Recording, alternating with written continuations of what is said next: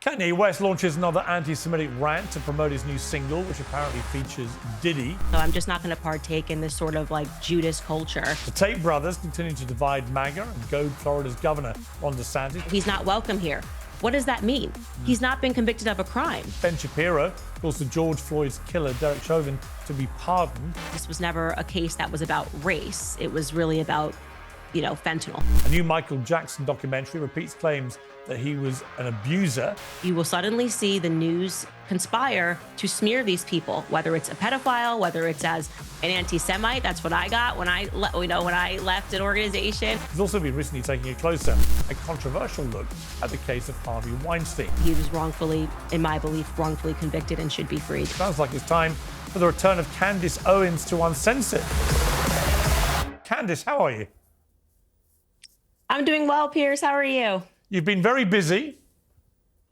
I have been busy indeed, much too busy, but it's always a blessing, so I'm grateful. Well, look, it's good to have you on. So much to talk to you about. I want to start with Kanye West. I've got to say, personally, I know that you've had a good relationship with him. You've talked to him and so on, as I have done. I interviewed him, tried to give him a bit of benefit of the doubt over various things. I got to say, his sort of brazen stuff now on a daily, sometimes minute-by-minute basis on X with the swastikas, the Nazis, and so on. I just find it utterly repellent. Has anything he's been doing in the last 2-3 weeks changed your mind about what's going on here with him? Okay, so first I just want to say that I definitely told your producers that I didn't want to speak about Ye, but it's totally fine if you want to ask me the question. Oh, sorry, I didn't know that. Because, well, that wasn't communicated to me, but if you don't mind, I'd just be curious about your view. Yeah, sure. So my view has been pretty consistent in that when you have a real relationship with someone, you shouldn't be lashing them in the public for anything. There's something about the entire world having commentary about Kanye when he tweets, and that exact same part of the world telling us that we have to remain mum when Bibi Netanyahu literally goes DEFCON 3, but Kanye tweets something about DEFCON 3. That just makes me uncomfortable and feels really disingenuous. And like I said, when you have an actual relationship with someone, if you have anything to say to them, you should say that to that person directly. And so I'm just not going to partake in this sort of like Judas culture of stabbing people in the front when you have a real relationship with them. And I've maintained that consistently, and I'm not going to break that code today. I mean, some would say, look, I just want to play this clip and get your response to this.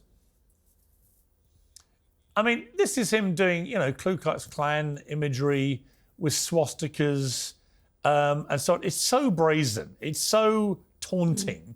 And you talk about people who are directly attacking people. He's directly attacking Jewish people when he does this and making them feel extremely uncomfortable, extremely threatened by this, because he's got 32 million people following him on X alone. His social media firepower to galvanize hate against the Jewish people is being laid bare, isn't it, in real time? Just a question for you. When you saw the Klansman hoodie, why did you say taunting against Jewish people but didn't mention anything about Black people?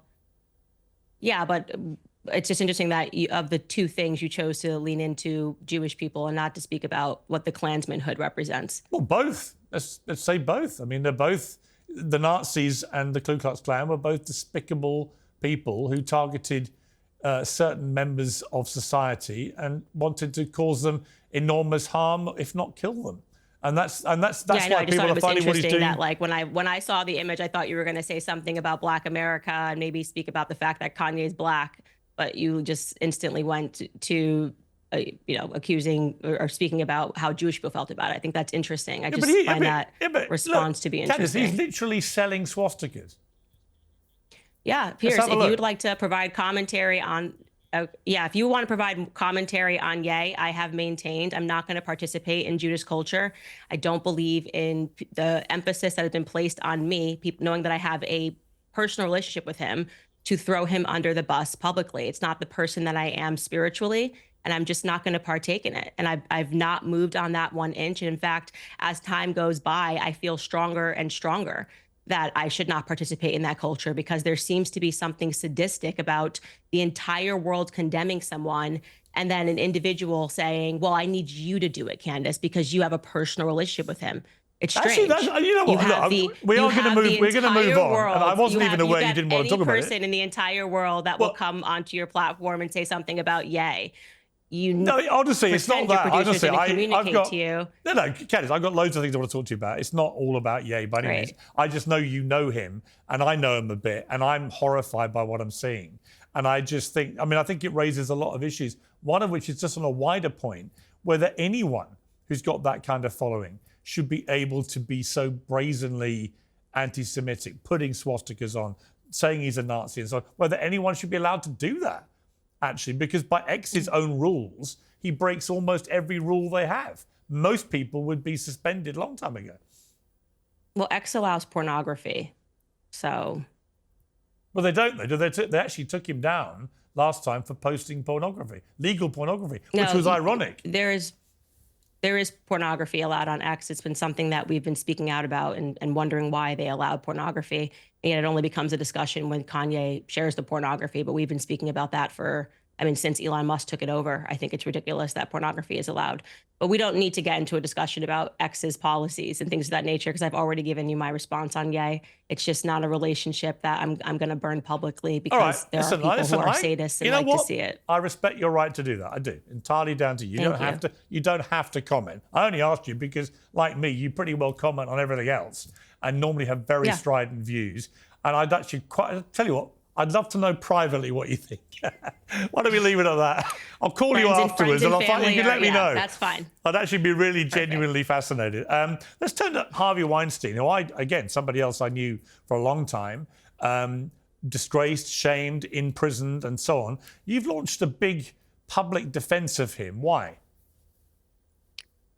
It was actually, I got in touch with him kind of quite accidentally. There was a mutual party who felt that I was the only person, despite me and him having very varying views, very strongly varying views. He's on the left, obviously I'm on the right, that I was the only person that would look at his case fairly, because I have been a vocal critic of the MeToo movement. And to be completely honest, before he and I got on the phone, I believed he was guilty because, well, he was found guilty. And also because the media had even done a number on me in terms of there were just so many allegations, it was difficult to sift through or to not reasonably assume that something had to be true. And so I took a look at the case and was positively shocked at what I discovered. I believe Harvey Weinstein was wrongly convicted. And the reason that he is sitting in prison is because of the media. It was a trial by media and not a trial based on the facts. Now, I want to be very clear here. This does not mean that I think Harvey Weinstein is an upstanding citizen or a moral person. He was completely immoral. That's why he found himself in this circumstance. He was cheating on his wife and by my regard, therefore, cheating on his children.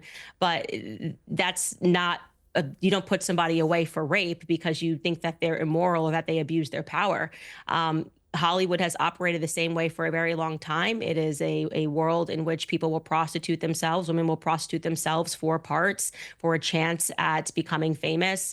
And it is rightfully, New York just overturned the decision and is sending it back down to the lower courts because they had the appellate judges, acknowledge the fact that it was essentially a kangaroo court. They were convicting him on character and not based on any of the facts. Over 90 other women came forward to say or to make allegations of sexually criminal behaviour against him. Does that not give you pause for thought, the sheer volume of people all with similar stories?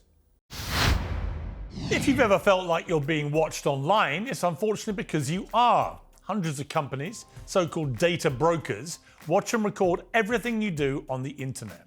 Even if you're using incognito mode or private tabs, they can still access every purchase you make, every search you type, and much more.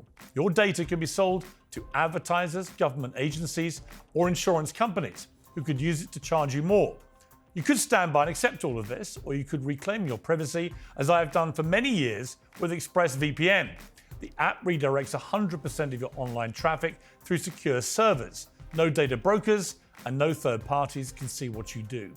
ExpressVPN also hides your IP address, without which there is no way of tracking you and no point invading your privacy in the first place. A new feature called ID Defender is free to all US customers. ID Defender scours the internet to remove your information from the files of data brokers. This is the #1 rated VPN by experts at CNET, PC World, and The Verge. And right now, you can get an extra 4 months of ExpressVPN for free. To scan the QR code that we're showing on the screen, or go to expressvpn.com/peers to get 4 extra months for free. That's expressvpn.com/peers. Now, on with the show. That is exactly why I believed it, because there were so many women. And then I hadn't even, and I'm sure you didn't realize who actually put him away. How many of those women put him away? And the answer is 3. So it went from 90 accusations, which the media kept hammering into our minds. And it came down to the testimony of 3 women who had consensual sex with him after their alleged rapes, according to their very own testimonies.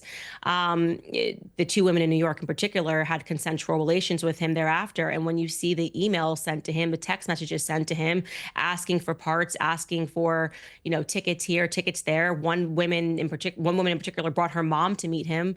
It just, your brain kind of comes undone and you recognize, wow, what happened here was wrong. And like I said, it doesn't condone his behavior. It doesn't condone recognizing your power in Hollywood and recognizing that women will sleep with you simply because they think that you're a conduit to their success.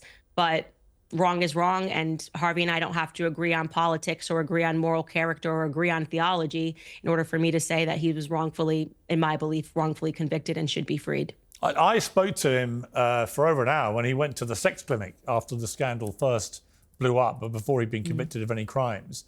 And he told me a lot of stuff there, which was certainly fascinating. I don't know how much of it was true or not. I'd known Harvey a long time. He'd stood in for me, actually, on my show at CNN for a week, as my stand-in. He was me for a week. And it, really, he was very distressed at the time, spewing out all this stuff, which, if even half of it was true, certainly gave a different perspective about his interactions with a lot of actresses, that it was, in his estimation, very transactional. And that was clearly what he felt, which is clearly what he's communicated to you. I mean, he's been in prison quite a while now. He's had a lot of health issues. How did he seem to you? He's still Harvey. I mean, he's powerful. And that was something that also caught me off guard, that he's been sitting in a prison cell. He's genius. There's no question. I mean, obviously, he's made a mark in Hollywood because he's a creative genius, and he's writing scripts right now. He believes that he will be freed one day, because you have to have that perspective. You have to have that positive perspective, or you would become, I think, probably mentally unhealthy. And so it's interesting. We are so different in many ways, but I've grown to understand the business side of Harvey. And you can definitely sense that he's optimistic about, the court having overturned it. And I think the same will happen in Los Angeles, which to me was the most egregious, verdict in all of it. And the New York ones are pretty hideous. And it really just shows you the power of these social justice movements that pursue social justice, but not true justice, which means they just need someone to hang at the end of the day after a movement grows too big. And Harvey was the person that they moved to hang for MeToo. I mean, that dovetails neatly with Andrew Tate, who was on your show after he left Romania recently. Again, I've interviewed him a number of times. The Tate, a lot of people think here, let's play the clip from Andrew on your show first, and I'll ask you a question about it. Let's pretend this is about law and order, and they're truly concerned for the citizens of Florida. Then follow me around with secret police and investigate me in quiet. And if you find something, arrest me. Why the song? Why the dance? Why the press? Why the public? Why are you doing all of this if you're not trying to divert people away from the important things? The important things, like all the actual crime and corruption that's happening.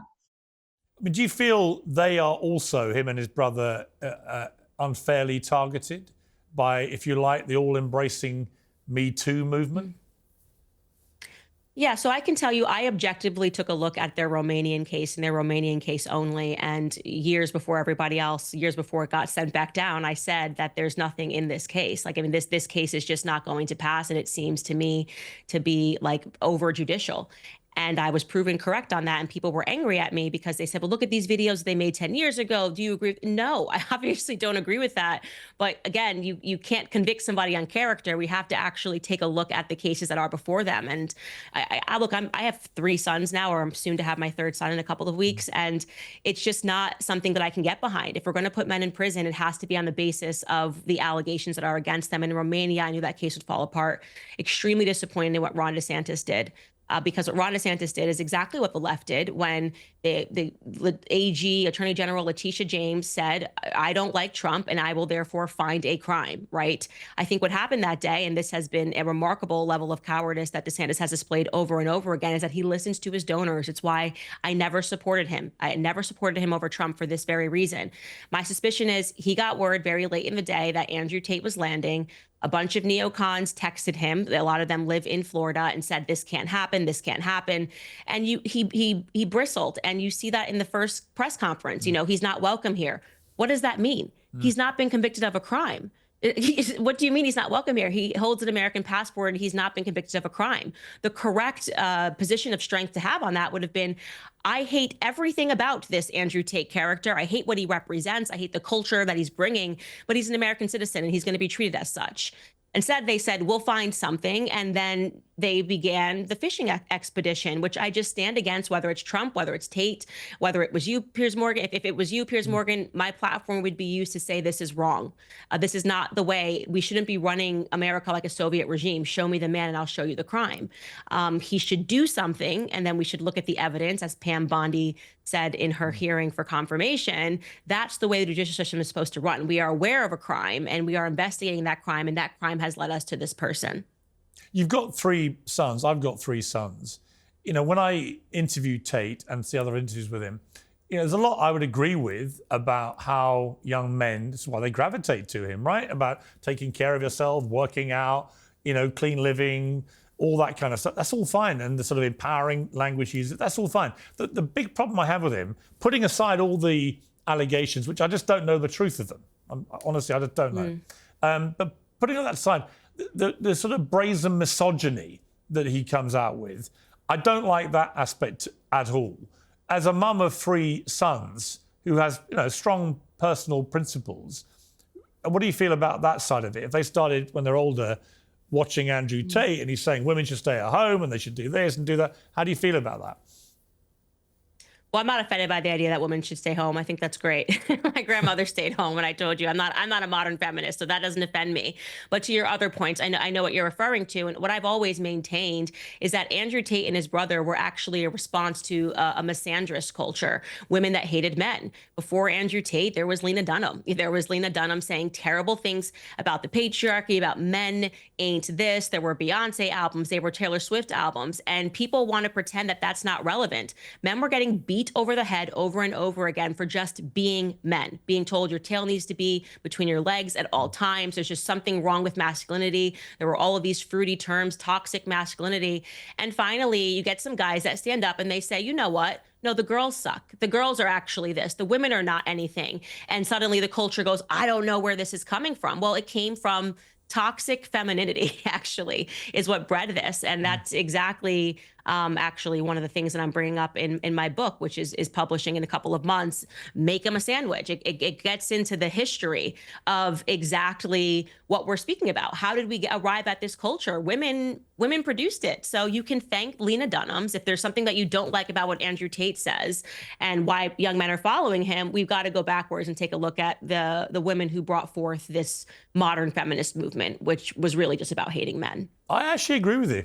I think you make a very good point there. I do think it was toxic femininity that led to the fight back. And it's tricky with the Tates because I do think some of the stuff they do strays into toxic masculinity by that definition. And it's just the misogyny stuff. If they cut that out, a lot of what they say about how young men should conduct themselves, I'm fine with. So no problem with it. It's just when they get into the treating women like doormats and stuff, I don't like it. Anyway, let's move on to somebody else who may or may not have visa issues, currently has one, Mahmoud Khalil. It's a complicated one here because you and I are big supporters of free speech. This guy is married to an American woman who's 8 months pregnant with their child. He's a permanent US resident with a green card. He was leading these protests on the campus, but he doesn't seem to have engaged directly in illegal acts himself. But I thought Marco Rubio had a good point when he said, had he put down his support for Hamas, for example, which this group have definitely done, been very vocal in support of him, had he put that on his application for the green card, it probably would have been rejected on that ground.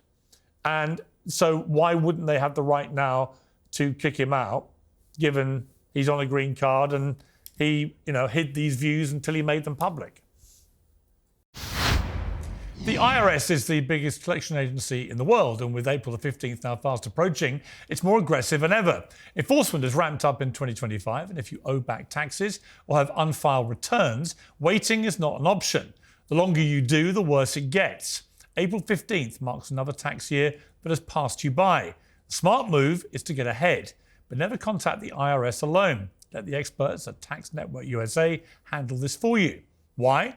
Well, not all tax resolution companies are the same.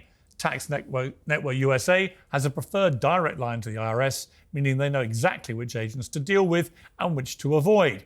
They have proven strategies to settle tax problems in your favor, whether you owe $10,000 or $10 million. Tax Network USA's attorneys and negotiators have already resolved over $1 billion in tax debt. You can talk to one of their strategists today. It's free. Stop the threatening letters. Stop looking over your shoulder. Protect yourself from property seizures and bank levies. Don't let the IRS control your future. Call 1-800-958-1000 or visit tnusa.com/Piers. That's Piers. April 15th is upon us. Act now before the IRS does it first. Call 1-800-958-1000 or visit tnusa.com/Piers. So I would just ask you the question. I did hear Marco Rubio say that, but he said if any person puts down that they support Hamas, then we would get rid of them. No one yet has produced any evidence that he supported Hamas. And the organization that he was fronting, the organization has. The organization has. The CUAD has. The AP debunked that. Yeah. The AP, I don't know if you know this up into the minute, but the AP has debunked that. He was actually not a part of the organization CUAD. And in fact, the video is now making the rounds of him from April of last year when he comes out and speaks to the press and says, I'm not a member or affiliated with CUAD. I'm actually here just trying to facilitate negotiations between the university and the CUAD organization. So thus far, and this is at least up to the minute from the AP and also from his own mouth before he could have possibly known he was going to be arrested 1 year later, he's not affiliated with this organization. So there's a lot of lies that we're kind of have to sort through of people that are warring. I'm very open, as I've said from the beginning.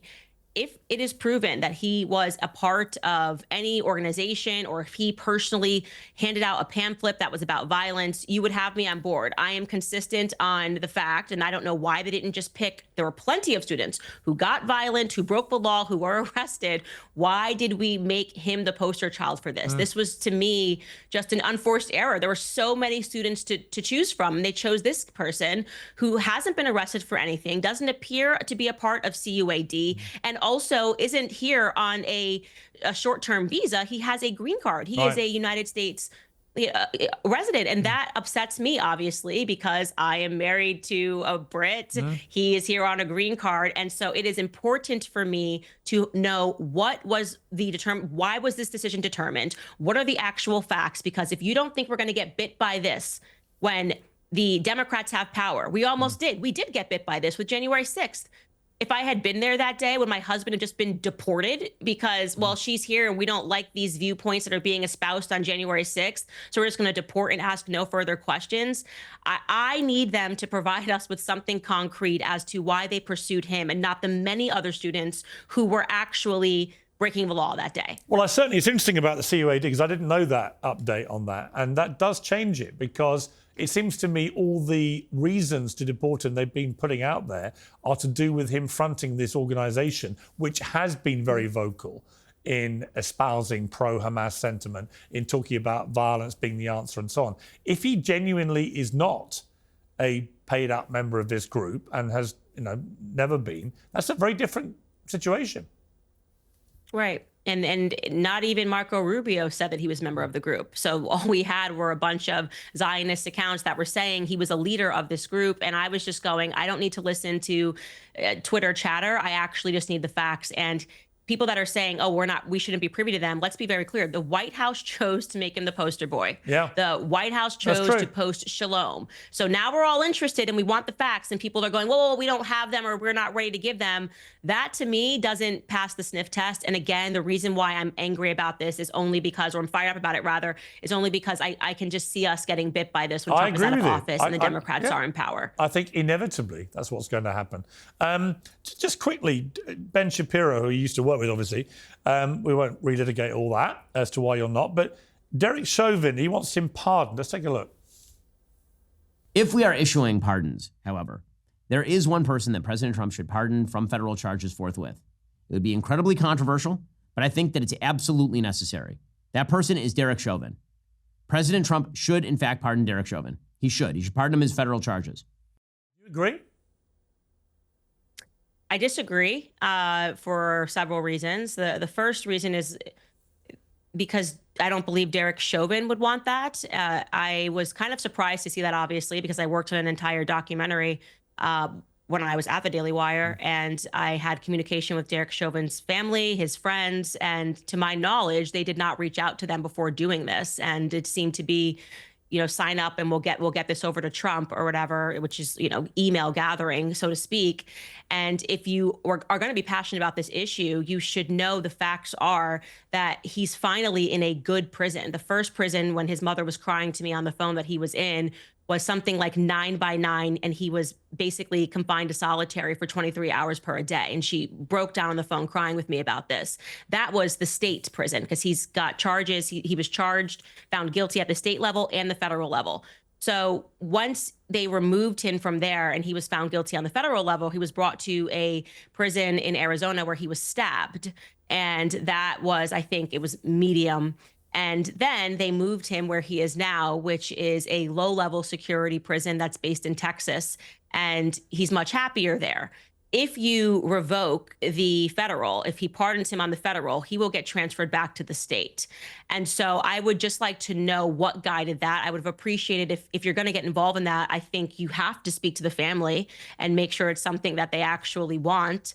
And my imagination, having spoken to his mother, again, that was years ago, is that they would much prefer a pardon on the state level to happen, which would mean that any organization that's trying to do this because it's the moral and right thing should be getting behind someone who can make that state pardon happen, a gubernatorial race, so to speak, in Michigan.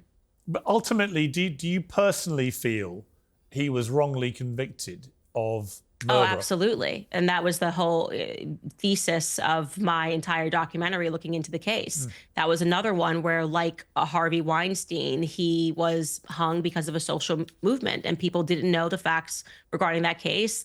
They didn't know anything about his fentanyl levels. They didn't know. They still thought that he cried out to his mom and said, "Mama, mama." That was actually what he called his girlfriend. And when you look at prior arrests, because he was arrested all the time in that area, he says, "I want mama, I want mama." And so, it's a sad case. Drug addiction is sad on its face. And I was happy to speak with his roommates about that and understand the struggle that he was going through. And if the media hadn't gotten involved, this should have been a case to bring Americans together because of the opioid crisis, something that black, white, no matter who you are in this country, you would understand what drugs does to families in general. And instead they went the racial route, and the media, and particularly, I'm sorry, I said Michigan before, I meant to say Minnesota, particularly Minnesota, the Attorney General withheld information from the public that would have made them realize this was never a case that was about race. It was really about, fentanyl. And it's a case of a police officer who knelt on someone's neck for way too long. I mean, we can accept that, can't we? That's actually not a fact either. You should watch my documentary. So the angle from Darnella's cell phone, if you look at something from the front, it looks like that he's on his neck, his right knee's on his neck, but actually what he has him in is just under his neck, which is what the police officers are taught to do when you put someone on the ground. And I also want to be clear, they tried to peaceably arrest him. They had him in the back of a cruiser. If you actually watch the full arrest tape, he begs to be taken out and he begs to be put on the ground. George Floyd asked to be put on the ground. And so the standard police procedure is to put the knee just below the neck here, which even right now, if you're looking at me from the front, it might look like I'm holding on my neck, but I'm not. I'm actually holding my back. So there's a lot of stuff that the public should be ready to have that conversation about. And maybe on the anniversary of the George Floyd riots, I'll do something on my podcast to show them the full arrest tape, because it changes everything when you see it. One of the other ongoing massive talking points about whether he was guilty or not of what people thought he was guilty of, Michael Jackson. Let's watch a clip. This is you talking about Michael Jackson. He wanted to stand up for these small guys and say, we cannot allow these sorts of things to go on anymore. Take a listen. Record companies really, really do conspire against their artists. They steal, they cheat, they do whatever they can, especially the black artists. Tommy Mottola. Tommy Mottola is the president of the record division. He is a mean, he's a racist, and he's very, very, very devilish. That clip was from 2002, his declaration of war on the industry of people who he was alleging was intentionally stealing and selling artists short, and who he no longer wanted to work with because he wanted to be a free agent. He wanted nothing to do with these people. And as Ian said, he was fighting this war privately, and he was winning. At least he was winning it in the courtroom. I mean, it's a fascinating case. I mean, I interviewed Jackson once. You know, a lot of people feel very strongly both ways about Michael Jackson. There's no doubt this new bombshell documentary coming out this week, Leaving Neverland 2, it repeats the allegations that Jackson was a paedophile, and it all got covered up and bought off and so on. What do you feel about that? I mean, Jackson, to me, he was a very strange guy. He was pretty creepy in the way that he went about his life. At best, he's openly sharing his bed with 13-year-old boys or younger again and again and again and again and again. That's not normal behavior for a guy in his 40s, 50s. But it doesn't necessarily mean that he was sexually abusing them. Where do you sit with this? I was someone who similarly believed the allegations against him until I looked into it. And what I said on my podcast holds. He was somebody who was going to war with the record labels and was winning. And then suddenly there were all of these allegations that he was a pedophile. And when you look into the genesis of those allegations, it was a father who drugged his son, literally drugged his son, to make him say that Michael Jackson molested him. And that ends up being a really tragic story. You have his sister, who was married to a sort of Russian immigrant gangster who forced her to say that the allegations were true, LaToya Jackson. And it's quite stunning what happened to him, but it's something that we see happen a lot when you have artists who are talented, who seek to go out on their own. This still happens today, whether it's in the news business, whether it's in podcasting, or whether it's in music. You will suddenly see the news conspire to smear these people, whether it's a pedophile, whether it's as an anti-Semite. That's what I got when I left an organization, and suddenly I had a squeaky clean record and the media came after me. So I think we are understanding now what the media beast is. And it tends to be when people cannot be controlled, it thinks that it can whip them, like it can just kind of lash at them and come after them, and we will destroy you if you are not a voice that we can control. And so I am not somebody that is moved by the press making allegations. It's almost the contrary. When the press really attacks someone, I'm inclined to believe them. That's how it works now, because I've just seen so many of these cases where they just lie blatantly, and it's about taking down somebody who they can't control, whether that be Tucker Carlson, who's going through it this week. God forbid you have a conversation that people don't like. And it's because he can't be controlled, whether it's Joe Rogan, Tucker Carlson, or Michael Jackson. He was just a little bit before his time. And I wish I could have been older when that was happening, because I would have been a voice for clarity and showed people the things that the media wasn't showing them. I mean, some would say, come off it, Candace. Look at what you're doing to Brigitte Macron, the First Lady of France, telling the world she's a man. Now Tucker's repeating that she's a man. She's not a man. She's a woman. You're waging a campaign against her to denigrate her in the public eye. What do you say to the charge of hypocrisy? I think people have been asking me to get back onto your show because you owe me some money now that my series has completed and it's gone worldwide, and that's how the truth works. I'm certain you haven't watched it, because the majority opinion is that she was born a man now, and that's because rather than allowing people to just say it was crazy. I just took the time and showed them all of the overwhelming evidence that it was true. Look, we live in a time where there are transgendered people. Brigitte Macron just happens to be one of them. You know, it's as big of a deal as Emmanuel Macron wants to make it by trying to go after people and silence them all. As Tucker said, he thought it was crazy and then he looked into it. And that's kind of what my series does. And we took great pains to go through it because I know at the end of it, I was going to get $100,000 from Piers Morgan. So I dotted my I's and I crossed my T's, and I'm willing to collect that money the next time I'm in the UK. Yeah, you just have to produce some actual evidence, and then we can have a conversation about that. You're going to have to watch the series. Otherwise, you'll be You owe paying me money. a massive check. We're being wrapped up by your excellent team, quite rightly. They told us you had a set amount of time. But finally, you raised the issue of your book, the sandwich question on the cover. If you were making me a sandwich, which sandwich would you make me, Candace? Oh, gosh, that's a tricky one. I feel like I should say roast beef. Yes. Roast beef sandwich. I think that's the right way. Is Well, that with right? horseradish. I felt like that was right.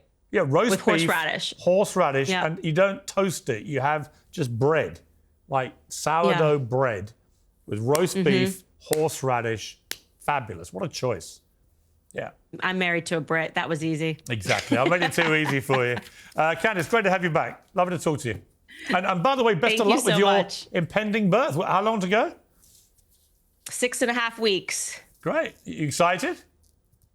Yeah, I'm always excited. Expanding the family. That's what it's all about, you know, faith and family. You and Elon Musk reversing the world's population problems. A little slightly different, but I'll allow it. Do you know what you're having? A boy. This is the third boy. I have a girl too, but this is my third boy. Oh, great. Well, listen, best of luck to you. I hope it all goes really well. Appreciate you coming back on Uncensored. Thank you. Thank you so much, Piers. Take care. Piers Morgan Uncensored is proudly independent. The only boss around here is me. If you enjoy our show, we ask for only one simple thing.